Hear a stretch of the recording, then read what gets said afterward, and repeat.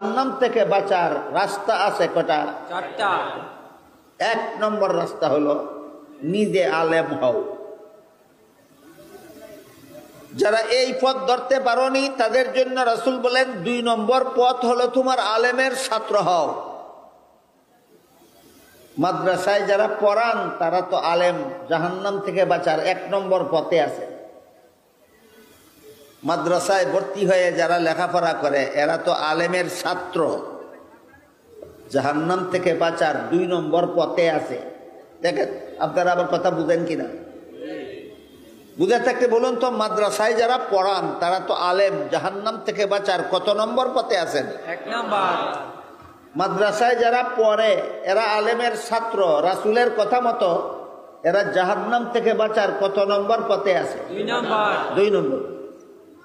আর বাকি যারা আপনারা না আলেম না আলেমের ছাত্র, আপনাদেরও জাহান্নাম থেকে বাঁচার দরকার নেই। আছে। আপনাদের পথ কোনটা? রাসূল বলেন, দেখেন দেখেন রাসূল বলেন তোমরা যারা আলেমও না আলেমের ছাত্রও না, তোমরা আলেমের কথা মনোযোগে শুনো এবং তাদের কথা মতো জীবনযাপন করো। এটা তোমাদের জন্য জাহান্নাম থেকে বাঁচার 3 নম্বর পথ। দেখেন তো যারা আলেমও না আলেমের ছাত্রও না তাদের জন্য আল্লাহ রাসূল জাহান্নাম থেকে বাঁচার পথ বলে দিয়েছেন কিনা? অস্পষ্ট না সুস্পষ্ট? সুস্পষ্ট। তোমরা যারা আলেম না আলেমের ছাত্র না আলেমের কথা মতো জীবন জীবনের সকল কাজ আলেমদের কথা মতো করো। সংসারের কাজ করেও তোমরা জান্নাতে যাবে। তুমি কৃষক, আলেমের কথা মতো কৃষি কাজ করো, জান্নাতে যাবে। তুমি ব্যবসায়ী, আলেমের কথা মতো ব্যবসা করো, জান্নাতে যাবে। তুমি চাকরিজীবী, আলেমের কথা মতো চাকরি করো, জান্নাতে যাইবা।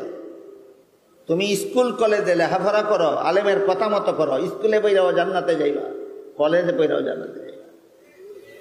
তুমি রাজনীতি করো, আলেমের পরামর্শ মতো করো, আর রাজনীতি করেও জান্নাতে যাইবা।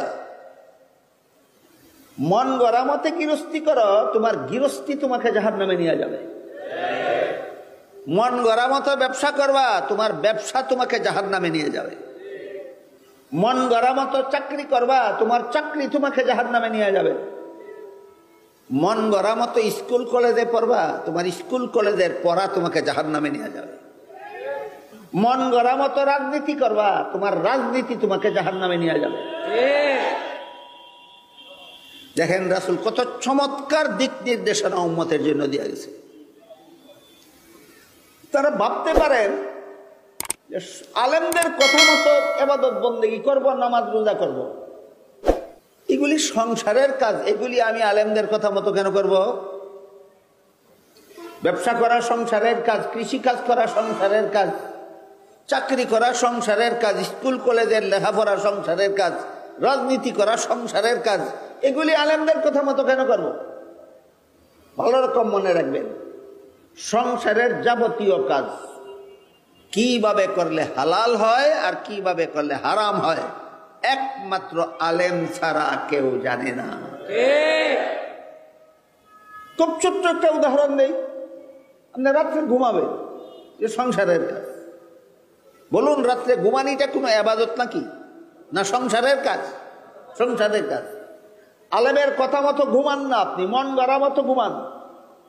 এশার নামাজ না পড়েই ঘুমিয়ে থাকেন, ফজরের সময় ঘুম থেকে জাগেন না, ফজরের সময় ঘুম থেকে জাগেন না।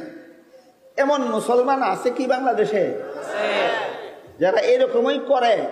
এরা আলেমের কথা মতো ঘুমায় না মন গড়া মতেই ঘুমায়? এদের ঘুম এদেরকে জান্নাতে নিয়ে যাবে না জাহান্নামে নিবে? তোমার ঘুম তোমাকে জাহান্নামে নিবে কেন? তুমি মন গড়া মতো ঘুমাইছো। তুমি জানো না কিভাবে ঘুমাইলে হালাল হয় আর কিভাবে ঘুমাইলে হারাম হয়। উদাহরণটা কি বুঝে আসলো আপনাদের? বুঝে থাকলে বলুন তো, সংসারের কাজগুলি আলেমদের কথা মতো করবো কেন? হালাল হওয়ার জন্য। জব মনে থাকবে না? সংসারের কাজগুলি আলেমদের কথা মতো করবো কেন? হালাল হওয়ার জন্য। নাহলে সংসারের কাজ তুমি মন গড়া মতে করবা, হারাম হবে, তোমার সংসারের কাজ তোমাকে জাহান্নামে নিয়ে যাবে। এই জন্য রাসূল বলেন, তোমরা যারা আলেমও না আলেমের ছাত্রও না, তোমরা আলেমের কথা শোনো, আলেমের কথা মতো জীবনযাপন করো, জীবনের সকল কাজ আলেমদের কথা মতো করো। এই 3 নম্বর পথে আপনাদের সকলকে জান্নাতে নিয়ে যাওয়ার জন্য মাদ্রাসাগুলির পক্ষ থেকে এই সম্মেলনগুলির আয়োজন করা হয়। ঠিক। বর্তমান বাংলাদেশে প্রায় 25,000 কওমি মাদ্রাসা আছে। কি পরিমাণ? এটাও মনে রাখুন, বর্তমান বাংলাদেশে 25,000 কওমি মাদ্রাসা আছে। প্রতিটি কওমি মাদ্রাসার পক্ষ থেকে বছরে কমপক্ষে একটা ইসলামী সম্মেলনের আয়োজন হয়। তাইলে 25,000 কওমি মাদ্রাসার পক্ষ থেকে বছরে কতগুলি সম্মেলন হয়? 25,000। প্রতি বছরে 25,000 ইসলামী সম্মেলনের আয়োজন করে বাংলাদেশে শুধু কওমি মাদ্রাসাগুলির পক্ষ থেকে। কেন? সর্বস্তরের মুসলমানকে জাহান্নাম থেকে বাঁচার পথ দেখাবার জন্য।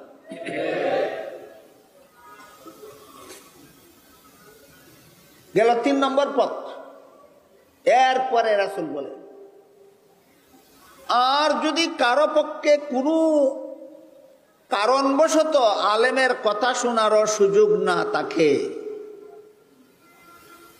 এটা অনেক সময় কল্পনার বাইরে থাকে কথাটা, যে আলেমের কথা শোনার সুযোগ থাকে না কিভাবে? সাহেব প্রতাপ মাদ্রাসার বার্ষিক সম্মেলনে আসলেই তো অনেক আলেমদের কথা শোনার সুযোগ পাওয়া যায়।